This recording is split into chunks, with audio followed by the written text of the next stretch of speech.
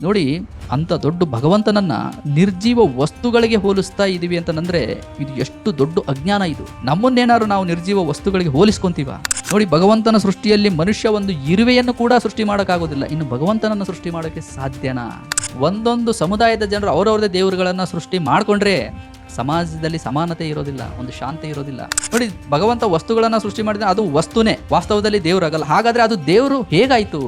YouTube ಅಲ್ಲಿ ಒಬ್ರು ಪ್ರಶ್ನೆ ಮಾಡಿದ್ರು, ದೇವರು ಕಣ್ಣಿಗೆ ಕಾಣೋದಿಲ್ಲ, ಹಾಗಾಗಿ ನಾವು ವಸ್ತುಗಳನ್ನ ಪೂಜಿಸ್ತೀವಿ, ಇದರಲ್ಲಿ ತಪ್ಪೇನು?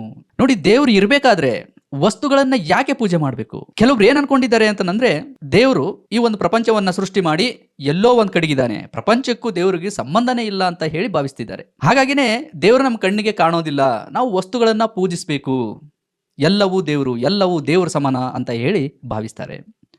ನೋಡಿ, ಯಾವತ್ತು ದೇವರನ್ನ ವ್ಯಕ್ತಿ ತರ ಭಾವಿಸಬಾರ್ದು. ದೇವರೇನು ನಮ್ಮ ಥರ ಮನುಷ್ಯನ. ದೇವರು ಅಂದರೆ ನಮಗೆ ಸ್ಪಷ್ಟವಾಗಿ ಗೊತ್ತಿರಬೇಕು, ವಸ್ತು ಅಂದ್ರೆ ಏನು, ದೇವರು ಅಂದ್ರೇನು. ನಾವು ದೇವ್ರ ಬಗ್ಗೆ ತಿಳ್ಕೊಂಡ್ವಿ ಅಂದರೆ ವಸ್ತುಗಳನ್ನು ನಾವು ಪೂಜಿಸ್ಬೇಕಾ ಬೇಡವಾ, ವಸ್ತುಗಳು ದೇವ್ರ ಸಮಾನನಾ ಅನ್ನೋ ಒಂದು ಜ್ಞಾನ ನಮಗೆ ಗೊತ್ತಾಗುತ್ತೆ. ಇಲ್ಲಿ ಬಂದಿರೋ ತೊಂದರೆ ಏನು ಅಂತಂದರೆ, ದೇವ್ರ ಬಗ್ಗೆ ಸರಿಯಾದ ಅರಿವಿಲ್ಲ. ನೋಡಿ, ಬರೀ ಭಕ್ತಿ ಇದ್ದರೆ ಸಾಲದು, ನಂಬಿಕೆ ಇದ್ದರೆ ಸಾಲದು, ವಿವೇಚನೆ ಇರಬೇಕು, ಜ್ಞಾನ ಇರಬೇಕು. ನೋಡಿ, ಬರೀ ಭಕ್ತಿ ನಮ್ಮಲ್ಲಿ ಇತ್ತು ಅಂದರೆ ಎಲ್ಲವೂ ದೇವರೇ, ಎಲ್ಲವೂ ದೇವರು ಸೃಷ್ಟಿ ಮಾಡಿದ್ದಾನೆ, ಎಲ್ಲವೂ ದೇವ್ರ ಸಮಾನ ಅಂತ ಹೇಳಿ ಭಾವಿಸ್ತೀವಿ. ನಾವು ಯಾವಾಗ ಆಲೋಚನೆ ಮಾಡ್ತೀವೋ, ಜ್ಞಾನ ಗಳಿಸ್ತೀವೋ, ಆಗ ನಮಗೆ ಗೊತ್ತಾಗುತ್ತೆ ವಸ್ತು ಅಂದರೆ ಏನು, ದೇವರು ಅಂದರೆ ಏನು ಅಂತ ಹೇಳಿ. ನೋಡಿ, ನಾವು ದೇವ್ರ ಪೂಜೆ ಅಂದರೆ ಏನು ಅನ್ಕೊಂಡಿದ್ದೀವಿ? ನಮ್ಮ ಕಣ್ಣಿಗೆ ಏನು ಬರುತ್ತೆ ಅಂತಂದರೆ, ದೇವ್ರ ಪೂಜೆ ಅಂದರೆ ಒಂದು ಫೋಟೋ ಇರಬೇಕು, ಒಂದು ಮೂರ್ತಿ ಇರಬೇಕು, ಮತ್ತು ಹೂವು ಹಣ್ಣು ಕಾಯಿ ಇರಬೇಕು, ಮತ್ತು ಮಾಲೆ ಹಾಕಬೇಕು, ಒಂದು ಸ್ಥಳ ಇರಬೇಕು. ಇದನ್ನೇ ನಾವು ದೇವ್ರ ಪೂಜೆ ಅಂತ ಹೇಳಿ ಭಾವಿಸಿದ್ದೀವಿ. ಯಾಕೆಂದರೆ ನೋಡಿ, ಚಿಕ್ಕ ವಯಸ್ಸಿಂದನೇ ನಾವು ಇದನ್ನೇ ನೋಡ್ತಾ ಬಂದಿದ್ದೀವಿ, ಸಮಾಜನೂ ಕೂಡ ನಮಗೆ ಇದನ್ನೇ ಪರಿಚಯ ಮಾಡಿಸಿದೆ. ಆದರೆ ವಾಸ್ತವದಲ್ಲಿ ಹೇಳಬೇಕು ಅಂತಂದರೆ, ದೇವ್ರ ಪೂಜೆ ಅಂತಂದರೆ ಇದಕ್ಕೆ ತುಂಬ ದೊಡ್ಡ ಅರ್ಥ ಇದೆ. ನೋಡಿ, ಫಸ್ಟ್ ವ್ಯಕ್ತಿ ದೇವರಿಗೆ ಶರಣಾಗಬೇಕು. ದೇವ್ರ ಪೂಜೆ ಮಾಡಬೇಕಂದ್ರೆ ದೇವರಿಗೆ ಶರಣಾಗಬೇಕು. ಶರಣಾಗೋದು ಅಂದರೆ ಏನು? ವ್ಯಕ್ತಿ ಯಾವಾಗಲೂ ಅಹಂಕಾರದಲ್ಲಿರ್ತಾನೆ, ಎಲ್ಲವೂ ನನ್ನಿಂದ ಸಾಧ್ಯ, ದೇವರು ಅನ್ನೋ ಒಂದು ಶಕ್ತಿ ಇಲ್ಲ, ಏನೇ ಮಾಡಿದರೂ ನಾನೇ ಮಾಡಬೇಕು, ಇದು ನನ್ನ ಜೀವನ, ನನ್ನಿಷ್ಟ, ಎಲ್ಲವೂ ನನ್ನಿಂದನೇ ಆಗ್ತಾ ಇದೆ ಅಂತ ಹೇಳಿ ಭಾವಿಸಿರ್ತಾನೆ. ಇದು ಏನಂದರೆ ಅಹಂಕಾರ. ಇಲ್ಲ, ನಮಗಿಂತ ದೊಡ್ಡದಾದ ಒಂದು ಶಕ್ತಿ ಇದೆ, ಅದು ನಮ್ಮನ್ನು ಸೃಷ್ಟಿ ಮಾಡಿದೆ, ಅದು ನಮ್ಮನ್ನು ಪಾಲನೆ ಪೋಷಣೆ ಮಾಡ್ತಾ ಇದೆ, ಅದು ನಮಗೆ ಜೀವನ ಕೊಟ್ಟಿದೆ ಅಂತ ಯಾವಾಗ ಅರಿತಾನೋ ಆಗ ವ್ಯಕ್ತಿ ಸಂಪೂರ್ಣವಾಗಿ ದೇವರಿಗೆ ತಲೆ ಬಾಗ್ತಾನೆ, ಅಂದರೆ ಶರಣಾಗ್ತಾನೆ. ಇದರಿಂದ ಏನಾಗುತ್ತೆ ಅಂದರೆ ಅಹಂಕಾರ ಕಡಿಮೆ ಆಗುತ್ತೆ. ಯಾವಾಗ ಅಹಂಕಾರ ಕಡಿಮೆ ಆಗುತ್ತೋ ಆಗ ವ್ಯಕ್ತಿ ಆಂತರಿಕವಾಗಿ ತುಂಬ ಶುದ್ಧವಾಗಿರ್ತಾನೆ. ಆಗ ಅವನು ದೇವರ ಸ್ಮರಣೆಯನ್ನು ಮಾಡ್ಬೋದು, ಆಗ ಒಳ್ಳೆ ಕೆಲಸ ಮಾಡ್ತಾನೆ, ಒಳ್ಳೆ ಮಾತುಗಳನ್ನು ಮಾತಾಡ್ತಾನೆ. ಇದೇ ದೇವರ ಪೂಜೆ. ನೋಡಿ, ನಾವು ಯಾವಾಗ ದೇವರ ಬಗ್ಗೆ ಸ್ಪಷ್ಟವಾಗಿ ತಿಳ್ಕೊಳ್ಳೋದಿಲ್ವೋ, ವಸ್ತುಗಳನ್ನು ದೇವರನ್ನ ಮಾಡ್ತೀವಿ, ಪ್ರಾಣಿಗಳನ್ನು ದೇವರನ್ನಾಗಿ ಮಾಡ್ತೀವಿ, ಮನುಷ್ಯರನ್ನು ಕೂಡ ದೇವರನ್ನಾಗಿ ಮಾಡ್ತೀವಿ. ನೋಡಿ, ದೇವರು ಅಂದರೆ ಏನು? ದೇವರು ಅಂದರೆ ಸೃಷ್ಟಿಕರ್ತ. ಫಸ್ಟ್ ಹೇಳ್ಬೇಕಂದ್ರೆ ಬ್ರಹ್ಮ ಅಂದರೆ ಸೃಷ್ಟಿಕರ್ತ. ಅವನು ಅನಂತ, ಅವನಿಗೆ ಹುಟ್ಟು ಸಾವು ಏನೂ ಇಲ್ಲ ಆ ಒಂದು ಶಕ್ತಿಗೆ. ಮತ್ತು ಅಪಾರ ಜ್ಞಾನ.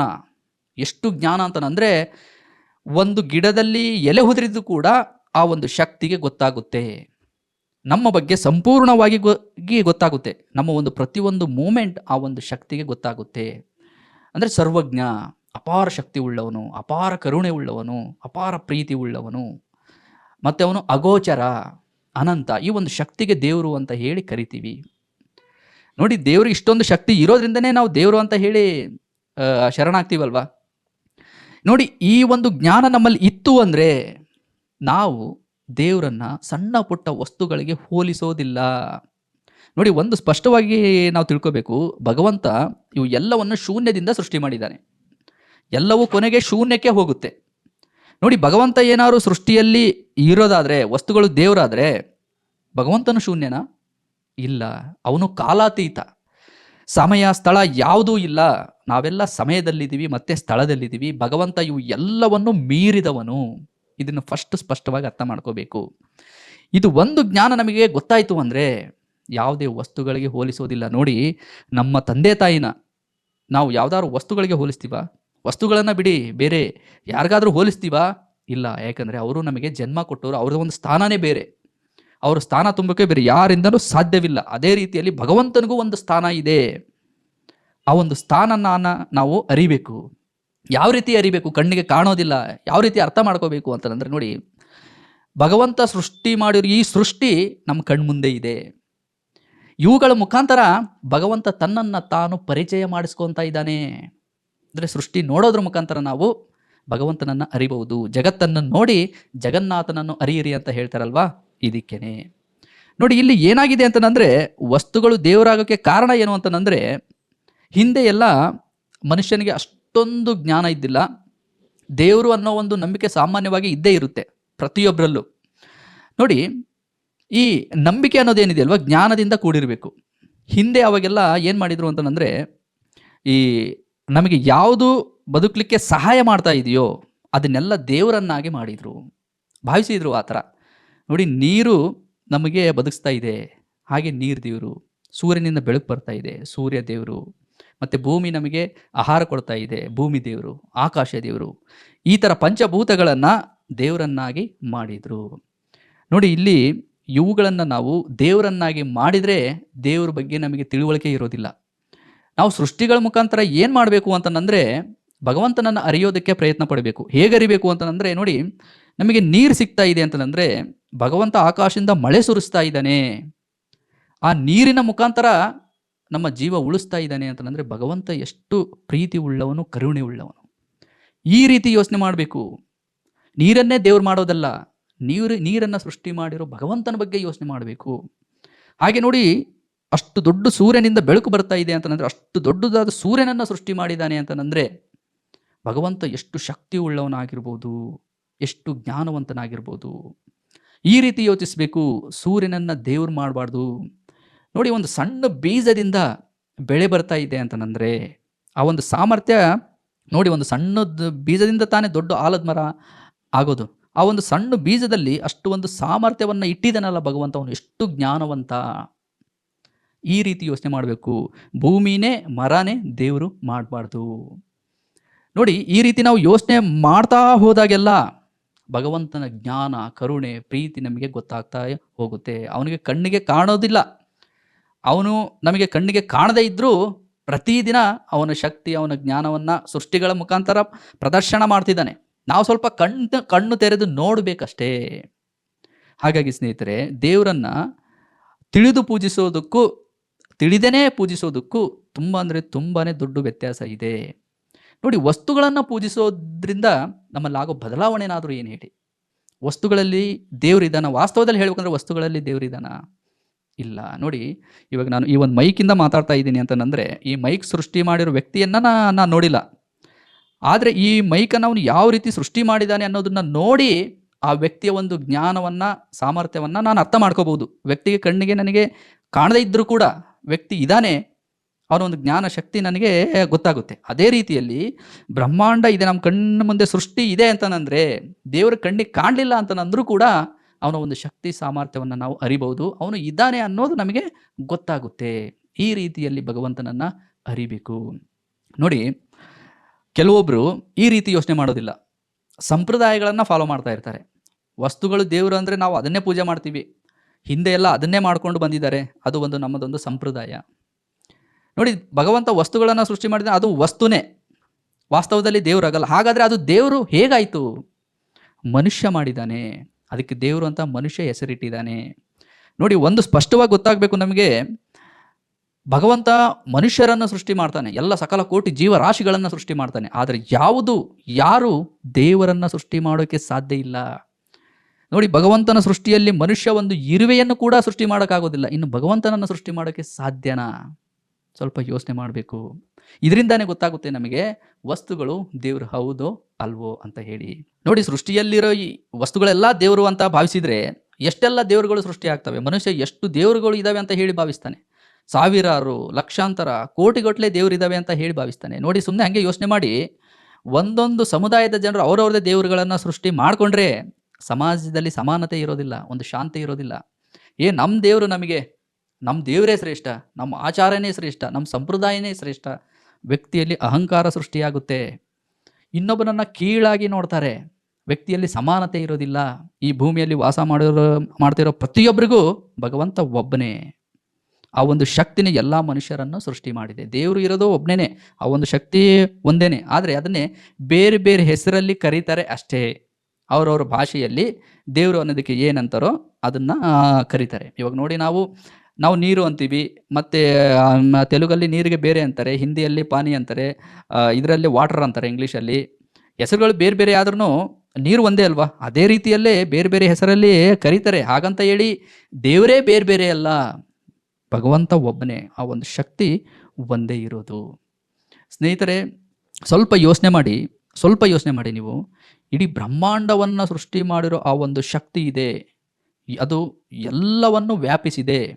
ಸಕಲ ಜ್ಞಾನ ಆ ಒಂದು ಶಕ್ತಿಗಿದೆ ಅಂತಂದರೆ ಆ ಒಂದು ಶಕ್ತಿನ ನಿರ್ಜೀವ ವಸ್ತುಗಳಿಗೆ ಹೋಲಿಸೋದು ಸರಿನಾ? ನೋಡಿ, ವಾಸ್ತವದಲ್ಲಿ ಹೇಳಬೇಕು ಅಂತಂದರೆ ಮನುಷ್ಯನಲ್ಲೇ ಇದೆ, ಅದು ಪ್ರತಿಯೊಬ್ಬರಲ್ಲೂ ಇದೆ. ದೇವರು ಕಣ್ಣಿಗೆ ಕಾಣದೇ ಇದ್ದರೂ ಕೂಡ, ನಮಗೆ ಯಾವುದೇ ವಸ್ತುಗಳು ಇಲ್ಲ ಅಂದರೂ ಕೂಡ ಅವನು ನಮ್ಮ ಪ್ರಾರ್ಥನೆಗಳನ್ನು ಕೇಳ್ತಾ ಇರ್ತಾನೆ. ಮತ್ತು ಮಧ್ಯವರ್ತಿಯಾಗಿ ಯಾರೂ ಬೇಡ ಅನ್ನೋ ಒಂದು ಸತ್ಯ ನಮ್ಮ ಒಳಗಡೆನೇ ಇದೆ. ಅದು ಹೇಗೆಂದರೆ ನೋಡಿ, ನಾವೇನಾದ್ರು ಒಂದು ಅಪಾಯದಲ್ಲಿ ಇದ್ದೀವಿ ಅಂತಂದರೆ, ಇವಾಗ ಫಾರ್ ಎಕ್ಸಾಂಪಲ್ ಎಲ್ಲೋ ಹೋಗ್ತಾ ಇದ್ವಿ, ಬಸ್ಸಲ್ಲಿ ಬ್ರೇಕ್ ಫೇಲ್ ಆಯಿತು. ಆಗ ನಾವು ದೇವರನ್ನು ಬೇಡ್ಕೋಬೇಕು ಅಂತ ಅಂದಾಗ ನಮಗೆ ಯಾವುದೇ ರೀತಿಯಾದ ಫೋಟೋಗಳಾಗಲಿ ವಸ್ತುಗಳಾಗಲಿ ನಮ್ಮ ನೆನಪಿಗೆ ಬರೋದಿಲ್ಲ. ಸಡನ್ನಾಗಿ ಕಣ್ಮುಚ್ಚಿ ಭಗವಂತ ಕಾಪಾಡಪ್ಪ ಅಂತ ಹೇಳ್ತೀವಿ. ಯಾಕೆ ಹೇಳ್ತೀವಿ ಅಂತಂದರೆ ಅದು ನಮ್ಮ ಒಳಗಡೆನೇ ಇದೆ. ಭಗವಂತ ಕಣ್ಣಿಗೆ ಕಾಣದೇ ಇದ್ದರೂ ಕೂಡ ನಾವು ಏನೇ ಬೇಡ್ಕೊಂಡ್ರೂ ಕೂಡ ಅವನು ಕೇಳ್ತಾನೆ ಅಂತ ಹೇಳಿ. ಹಾಗೆ ನೋಡಿ, ನಿಮಗೆ ಯಾವುದೋ ಒಂದು ಕೆಲಸ ಆಯಿತು ಅಂತ ಅಂದ್ಕೊಳ್ಳಿ. ಇಲ್ಲಾಂದರೆ ಒಬ್ರು ಯಾರೋ ಐಸಿಯುವಲ್ಲಿದ್ದರು, ಡಾಕ್ಟ್ರು ಅವರು ಬದುಕೋದಿಲ್ಲ ಅಂತ ಅಂದರು. ಸಡನ್ನಾಗಿ ಅವರಿಗೆ ಜೀವ ಬಂತು, ಬದುಕ್ಬಿಟ್ರು. ಆಗ ನೀವು ಆನ್ ದ ಸ್ಪಾಟ್ ಭಗವಂತ ನೀನು ದೊಡ್ಡವನಪ್ಪ, ನೀನು ಇದೆಯಪ್ಪ ಅಂತ ಹೇಳಿ ಆನ್ ದ ಸ್ಪಾಟ್ ಅಲ್ಲೇ ಮೇಲ್ಗಡೆ ನೋಡಿ ಕೈ ಮುಗಿತೀರ, ಆಕಾಶ ನೋಡಿ. ಇದು ಯಾಕಿದೆ ಅಂತಂದರೆ ಭಗವಂತ ಎಲ್ಲವನ್ನು ಕೇಳ್ತಿದ್ದಾನೆ. ಅವನು ಯಾವುದೋ ಒಂದು ಜಾಗದಲ್ಲಿ ಒಂದು ವಸ್ತುವಿನಲ್ಲಿ ಇಲ್ಲ ಅನ್ನೋ ಒಂದು ಸತ್ಯ ನಮಗೆ ಗೊತ್ತೇ ಇದೆ.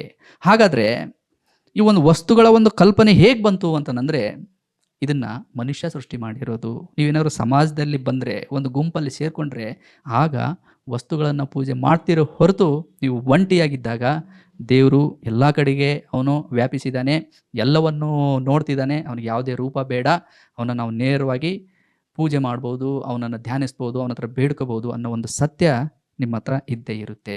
ಹಾಗಾಗಿ ನೋಡಿ, ಯಾವುದನ್ನು ಹೇಗೆ ನೋಡಬೇಕು ಹಾಗೆ ನೋಡಬೇಕು. ವಸ್ತುಗಳು ಅಂದರೆ ಅದು ವಸ್ತುನೇ. ನೋಡಿ, ಅಂಥ ದೊಡ್ಡ ಭಗವಂತನನ್ನು ನಿರ್ಜೀವ ವಸ್ತುಗಳಿಗೆ ಹೋಲಿಸ್ತಾ ಇದ್ದೀವಿ ಅಂತಂದರೆ ಇದು ಎಷ್ಟು ದೊಡ್ಡ ಅಜ್ಞಾನ ಇದು. ನಮ್ಮನ್ನೇನಾದ್ರು ನಾವು ನಿರ್ಜೀವ ವಸ್ತುಗಳಿಗೆ ಹೋಲಿಸ್ಕೊತೀವ? ಸ್ವಲ್ಪ ಯೋಚನೆ ಮಾಡಿ. ನಮ್ಮನ್ನೇನಾದ್ರು ನಾವು ಹೋಲಿಸ್ಕೊತೀವ? ಇಲ್ಲ ತಾನೇ. ನಮ್ಮನ್ನು ನಾವೇ ನಿರ್ಜೀವ ವಸ್ತುಗಳಿಗೆ ಹೋಲಿಸ್ಕೊತಾ ಇಲ್ಲ. ಹಾಗಾದರೆ ಅಷ್ಟು ದೊಡ್ಡ ಭಗವಂತನನ್ನು ನಿರ್ಜೀವ ವಸ್ತುಗಳಿಗೆ ಹೋಲಿಸಿ ದೇವರು ಅದರಲ್ಲಿ ಇದ್ದಾನೆ ಅಂತ ಹೇಳಿ ಅದರಲ್ಲಿ ದೇವರನ್ನು ಕಾಣೋದು, ಆ ಒಂದು ಹೋಲಿಕೆ ಮಾಡೋದು, ಇದು ಎಷ್ಟು ದೊಡ್ಡ ಅಜ್ಞಾನ. ಇದು ಏನಾದ್ರು ನಮ್ಮ ಬುದ್ಧಿ ಒಪ್ಪುತ್ತಾ, ನಮ್ಮ ಮನಸ್ಸು ಒಪ್ಪುತ್ತಾ? ನಾವು ವಸ್ತುಗಳನ್ನು ಪೂಜೆ ಮಾಡೋದು ಸರಿನಾ? ಸ್ವಲ್ಪ ಯೋಚನೆ ಮಾಡಬೇಕು ಸ್ನೇಹಿತರೆ. ನೋಡಿ, ಈ ಪ್ರಪಂಚದಲ್ಲಿ ಎಷ್ಟೋ ಕೋಟಿ ಜೀವರಾಶಿಗಳಿದ್ದಾವೆ. ಅವುಗಳಲ್ಲಿ ನಮಗೆ ಆಲೋಚನೆ ಮಾಡೋ ಶಕ್ತಿ ಇದೆ, ಅಂದರೆ ವಿವೇಚನೆ ಇದೆ. ಹಾಗಾಗಿ ನಾವು ಏನೇ ಮಾಡಿದರೂ ಕೂಡ ವಿವೇಚನೆಯಿಂದ ಮಾಡಬೇಕು. ನಾವು ಜ್ಞಾನವನ್ನು ಗಳಿಸುವುದರ ಮುಖಾಂತರ ಭಗವಂತನನ್ನು ಅರಿಯೋಕ್ಕೆ ಪ್ರಯತ್ನ ಪಟ್ಟರೆ ಯಾವತ್ತಿಗೂ ನಾವು ಅವನನ್ನು ವಸ್ತುಗಳಿಗೆ ಹೋಲಿಸೋದಲ್ಲ, ವಸ್ತುಗಳಲ್ಲಿ ನೋಡೋದು ಇಲ್ಲ. ನೋಡಿ, ನಮ್ಮ ಶುದ್ಧ ಹೃದಯದಿಂದ ಅವನನ್ನು ಧ್ಯಾನಿಸ್ಬೇಕಷ್ಟೇ. ಇದೇ ಒಂದು ದೊಡ್ಡದಾದ ನಮ್ಮದೊಂದು ಶರಣಾಗತಿ, ಇದೇ ಒಂದು ದೊಡ್ಡದಾದ ಒಂದು ಪೂಜೆ. ನೋಡಿ, ಮನುಷ್ಯನಿಗೆ ಇದು ಸ್ವಲ್ಪ ಕಷ್ಟ ಆಗುತ್ತೆ. ಎಲ್ಲೋ ಒಂದು ಕಡೆಗೆ ಏನೋ ಒಂದು ದೇವ್ರು ಮಾಡಿ ಇಟ್ಟಿದ್ದಾರೆ, ಆಯ್ತಪ್ಪ ಕೈ ಮುಗಿದು ಹೋಗೋಣ ಅಂತಂದರೆ ಅದು ತುಂಬ ಈಸಿ. ಅದು ಸುಮ್ಮನೆ ಕೈ ಮುಗಿದು ಏನೋ ಒಂದು ಇಡೋದಿದ್ರೆ ಇಟ್ಟು, ಕೊಡೋದಿದ್ರೆ ಕೊಟ್ಟು ಹೋಗ್ಬಿಡ್ತಾರೆ. ಆದರೆ ವ್ಯಕ್ತಿ ತನ್ನ ಒಳಗಡೆ ಇಳಿದು ತನ್ನನ್ನು ತಾನು ಬದಲಾಯಿಸ್ಕೊಳ್ಳೋದಿದೆಯಲ್ವಾ, ಇದೊಂದು ಸ್ವಲ್ಪ ಕಷ್ಟ. ಹಾಗಾಗಿನೇ ವ್ಯಕ್ತಿ ಬೇರೆ ಬೇರೆ ಕಡೆಗೆಲ್ಲ ದೇವ್ರನ್ನ ನೋಡಿ, ದೇವ್ರು ಇದಾನಪ್ಪ, ಅಲ್ಲೂ ಇದ್ದಾನೆ ಇಲ್ಲೂ ಇದ್ದಾನೆ ಅಂತ ಹೇಳಿ ಬಚಾವಾಗ್ತಾನೆ. ಆದರೆ ನೋಡಿ, ಈ ನಂಬಿಕೆ ಇದ್ದರೆ ಸಾಲದು. ದೇವರನ್ನು ಅರಿತು ನಾವು ಬದಲಾಗಬೇಕು, ದೇವರಿಗೆ ಶರಣಾಗಬೇಕು.